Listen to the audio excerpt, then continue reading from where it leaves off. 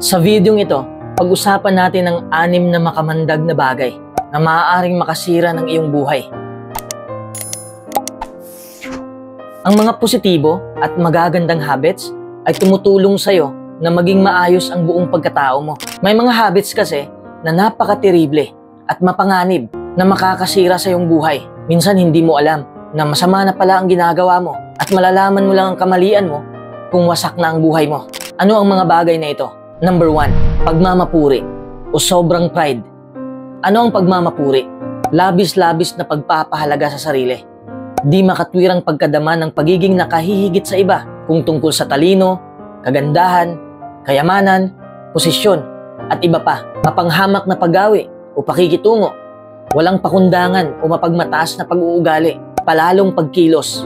Ang ilang singkahulugan ng pagmamapuri ay egotismo, pagmamataas, kapalaluan. Ngayong alam mo na ang kahulugan nito. Napansin mo naman siguro, di ba, na ito'y negatibong katangian. Maaaring hindi mo napapansin na sobrang taas na pala ng pride mo. At maaaring binibigyan mo ng ibang dahilan ang iyong mga pagkilos dahil ayaw mong tanggapin na ikaw ay ma-pride na tao. Dapat ngayon pa lang, lubusan mong suriin ang iyong sarili at iyong mga motibo upang matiyak mo kung nagtataglay ka ba ng masamang katangiang ito. Pero may pride din naman na positibo. Halimbawa, tinaasan mo ang pride mo o tinaasan mo ang ego mo para hindi makapasok ng basta-basta mga taong negatibo. Nagiging masama na ito kung negatibo na ang kinikilos mo. Yun bang naging arugante ka na? Iniinsulto mo na ang mga tao sa lahat ng bagay at iniisip mong kumpleto ang iyong kaalaman kaysa sa kanila. Tapos hindi ka nakikipag-usap sa mga tao dahil lang sa iniisip mo na mas mataas ka sa kanila. Kung sino man ang magtangkang makipag-usap sa'yo, iniinsulto mo siya. Kung may nagpapayo sa'yo at nag-highlight ng iyong pagkakamali, iniinsulto mo sila. Ang ganitong uri ng pride ay napaka-toxic at parang silent venom. Nakakasakit ka sa iba, pero hindi mo alam na ikaw ang pinakamatinding naapektuhan. Bakit? Dahil kapag iniinsulto mo ang mga tao, syempre lalayuan ka nila dahil napakabastos ng iyong ugali. Naging zero na ang social life mo. Tapos wala ka nang malalapitan kung mangangailangan ka ng tulong. Kasi minsan, akala natin na pabor sa atin ang panahon sa lahat ng oras. Pero hindi natin alam na mababaliktad ang panahon. Ito ang ibig kong sabihin kanina na ikaw ang nakakasakit, pero mas lalong ikaw ang naapektuhan. Mapapahamak ka kung hindi mo iwawaksi ang taas ng pride mo. Ito ang sabi ng Kawikaan 16:18. Ang pagmamataas ay humahantong sa pagbagsak at ang kayabangan ay humahantong sa pagkadapa. Kaya hindi natin dapat hayaang maging ma-pride tayo o sobrang magtiwala sa sarili dahil sa mga pribilehiyo natin sa mundong ito. Kung ano man ang naabot natin sa buhay, dapat na mas maging mapagpakumbaba tayo. Number 2, maling kasama. Hindi naman ibig sabihin na kapag sumama ka sa mga maling tao, ay sila ang may kasalanan kung bakit nahawa ka sa kanila. Ikaw pa rin ang may kasalanan kung bakit naging katulad ka sa kanila. Ang punto ko lang, may isip ka eh. So dapat alam mo kung ano ang mali at tama. Pero hindi rin natin may tatanggi na malaki ang impluwensya ng mga taong nakapalibot sa atin. Lalo na sa mga kabataan na wala pang masyadong alam sa buhay. Madali silang maimpluwensyahan. The way sila mag-isip, magsalita, kumilos, at maging kahihinatnan ng kanilang pagkatao. Ang nakasulat sa unang Korinto 15:33, huwag kayong magpalinlang. Ang masasamang kasama ay sumisira ng magagandang ugali. Ibig sabihin na ang ganyang mga kaibigan ay iimpluwensya sa atin na gumawa ng di matatalinong desisyon at sisira ng magaganda nating katangian. Ang mga tao kasing masama ay walang layunin sa buhay at walang rules na sinusunod. Ang ginagawa lang nila ay pumuna ng mga tao at maghanap ng mga negatibong punto sa mga tao. Kapag ginugugol mo ang iyong oras kasama ang mga taong ito, may maa-adapt ka sa kanila na hindi mo napapansin. Because your company has a prime role in your life. Totoo, nakasalanan natin kung bakit tayo nagpapa-impluwensya. Kaya nga, kailangan nating umiwas sa mga ganitong tao para hindi natin ma-adapt the way na kumilo sila, the way na magsalita sila, at kung ano paman. Thoughts of these people enter your subconscious mind and initiate the spark of negativity in you. Gusto kasi ng karamihan na tanggapin sila ng iba. Dahil dito, kadalasan ng ginagaya nila ang mga taong nakakasama nila. Napakalakas ng impluwensya ng ating mga kaibigan sa ating mga saloobin. Kaya mga kaibigang pinipili natin ay maka-impluwensya sa magiging pagkatao natin. Kung may mga kaibigan kang negatibo, subukan mong i-discuss sa kanila ang pangarap mo sa buhay. Wala silang ma-comment na makakapag-motivate sa'yo. Kasi nga, wala silang goal sa buhay. They force you to live the same useless life as they are living. Negative people force you to waste time. With the passage of time, you also start thinking like them. and start wasting your time. You start thinking like a loser. Ang tunay na mga kaibigan ay tapat at tumutulong sa'yo na gawin ang tama. Ang mga tunay na kaibigan ay meron ding lakas ng loob na ituwid ka kung kailangan. Tutulungan ka ng mga tunay na kaibigan na magkaroon ng mabubuting ugali. Magandang paalala ang sinabi ng Kawikaan 18:24. May magkakasamang ipinapahamak ang isa't isa. So if you have bad company, you need to change it immediately. Replace these negative people with positive and motivated ones. Pero hindi ko naman sinasabi na perpekto na ang mga taong mabuti. Maaari pa rin silang makagawa sa atin ng mali. Pero huwag maghinanakit agad. Tandaan, walang perpektong kaibigan at hinihimok tayo ng salita ng Diyos na patuloy nating pagtiisan ng isa't isa at lubusang patawarin ang isa't isa. Kung hindi ka lalayo sa kanila, maapektuhan ang iyong buhay sa negatibong paraan.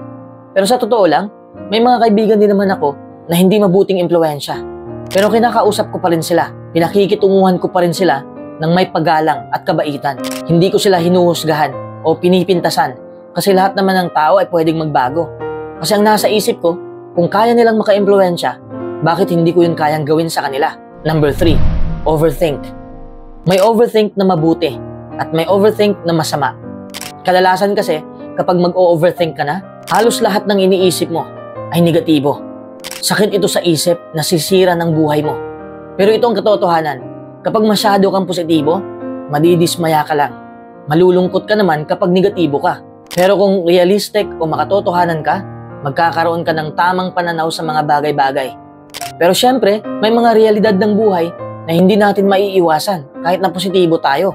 May mga digmaan, terorismo, krimen, problema sa pamilya, pagkakamali, kahinaan, toxic na kaibigan, at marami pang iba. Maging realistic na lang tayo. Sa gayon, matatanggap natin ang sitwasyon ng hindi pinanghihinaan ng loob at maiiwasan mong maging masyadong negatibo. When you take negative seriously, this affects your mental health very badly. Halimbawa, nabigo ka. Ang maiisip mo ay hindi mo kaya. Lalo na kung babatuhin ka ng masasakit na salita, siguradong susuko ka na. You think everything with dark aspects. Ang negatibo kasi, o overthinking, ay parang ahas na kumakagat sa'yo. Madali kang mamamatay. Ito ang sabi sa Mateo 6:27. Sino sa inyo ang makapagpapahaba ng kahit konti sa buhay niya dahil sa pag-aalala? So it means you are dying continuously. Remember, overthinking always brings negativity. Instead of thinking of negative things, you can think of positive outcomes from those situations. Dapat busy ka para hindi ka makapag-isip ng kung ano-ano. Sabi nga, an empty brain is a devil's workshop. Ang punto, dapat may iniisip kang ibang bagay para wala kang time na mag-overthink. Engage yourself. Engage with people around you. Number 4, pinaniniwalaan mo agad ang naririnig at nakikita mo. Magkaiba yung narinig mo lang sa pinakinggan mo talaga. Huwag mo ring paniwalaan kaagad kung ano ang nakikita mo. Depende kasi sa anggulo yan eh. Alam mo ba kung bakit nakakasira ito sa iyong buhay? Kasi lahat ng napakinggan mo, papasok sa iyong subconscious mind. Mali kung wala kang pinakinggan.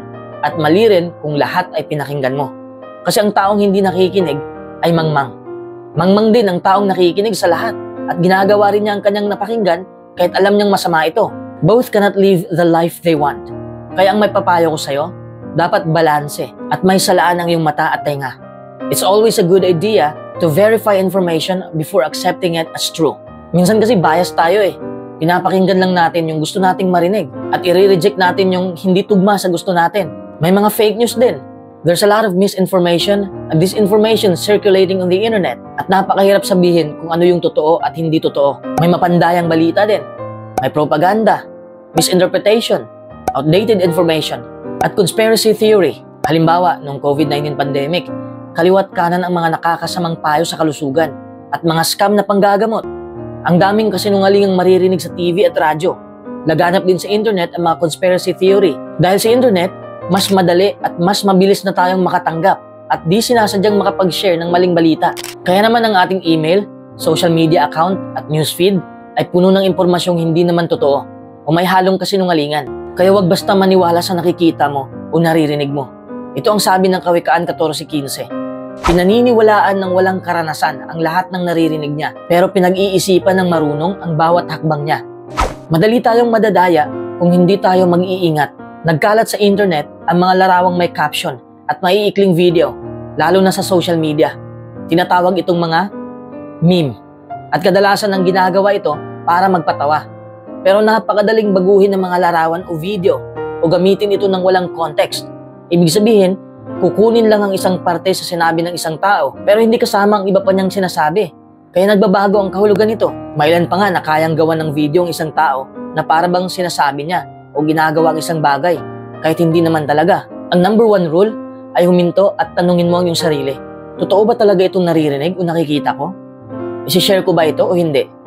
Kung gagawin ng lahat ang number 1 rule na ito, maraming maling impormasyon ang mababawa sa internet o kahit saan. Number 5, materialistic. Tandaan mo, magkaiba ang pangangailangan at kagustuhan. Ang isang pangangailangan ay bagay na mahalaga para mabuhay ka, gaya ng pagkain, pananamit, at tirahan.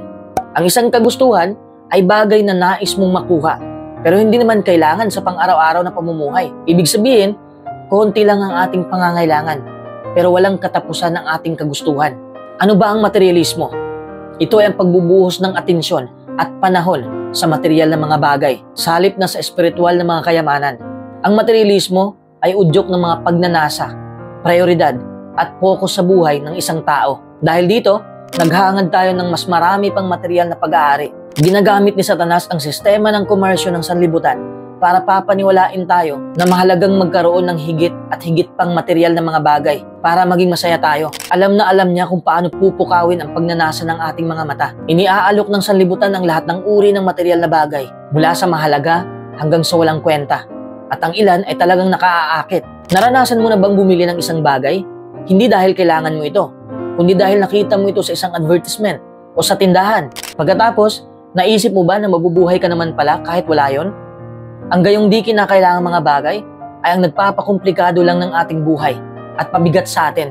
Pwede tayong masilo ng mga ito at mailihis sa tamang landas. Gusto kasi ni Satanas na magpaalipin tayo sa kayamanan sa halip na sa Diyos. Pero miserable ang buhay ng mga umuubos ng kanilang lakas para sa material na mga bagay. Dahil pagpapalugod lang sa sarili ang iniintindi nila. At mas malala pa, napapabayaan nila ang kanilang espiritualidad at puno sila ng problema. Being materialistic will not only destroy your life, but the lives of many people whose lives are linked to you. Okay naman na magpayaman, pero hindi okay ang maging materialistiko. Magkaiba yun. Wala kasi tayong mapapala kung isasakripisyo natin ang mga interes ng kaharian para mapanatili ang materialistikong pamumuhay. Dapat nating unahin ang espiritual na mga tunguhin. Pag-isipan mo kung paano mo mapapasimple ang iyong buhay para hindi ka maligaw ng landas. Sabi ng ibang tao, lahat daw kayang bilhin ng pera. But no, money cannot be used to buy everything. You don't have to choose between the kingdom of God and money, but you have to set priorities. You have to hustle to get these luxuries, but give proper time to God. Give time to your family and your friends too, because you can't live happily without relations, and this loneliness will destroy your life. Number 6, masamang adiksyon. Masamang adiksyon katulad ng pagsusugal, sobrang pag-inom ng alak, paninigarilyo, masturbation, pagdudroga, at marami pang iba. Bakit nakaka-addict ang mga ito? Because those can cause your brain to release dopamine and make you happy. Akala mo ay hindi masama dahil sumasaya ka sa paggawa nito, pero kalusugan mo at buhay ng pamilya mo ang iyong sinisira. Addiction is a dark habit that you do and feel happy in doing that. Naging dependent ka na sa mga bagay na kinaaadikan mo. These addictions destroy your physical and mental health. Sabi ko kanina, bawat gawa mo sa iyong kinaaadikan, magre-release ang iyong utak ng dopamine. Dopamine is a happy hormone. Ngunit sa paglipas ng panahon, kailangan mong dagdagan ang dosage upang mailabas ang dopamine. Ang mga maliit na dosage ay hindi na nagpapasaya sa'yo. Lubos kang umaasa sa mga kinaaadikan mo para maging masaya. Sinasabi ng mga mananaliksik na ang karaniwang ugat ng adiksyon ay sobrang kalungkutan, stress, sobrang pag-aalala, at depresyon. Sa tulong ng Biblia, titibay ang pananampalataya mo. Kailangan mo ang tulong ng Diyos para malabanan ang mga emosyong nagiging dahilan ng adiksyon. Matutulungan ka ng Biblia na maging malapit sa Diyos. Dahil dyan, makakayanan mo ang mga problemang parang imposible mong makayanan kung sa sarili mo lang. Una, humingi ka ng tulong sa Diyos. Ikalawa, punuin ang isip mo ng kaisipan ng Diyos. Ikatlo, magpatulong ka sa mga taong mapagkakatiwalaan mo. Sabi ng awit 50-50, tumawag ka sa akin sa panahon ng kagipitan. Ililigtas kita.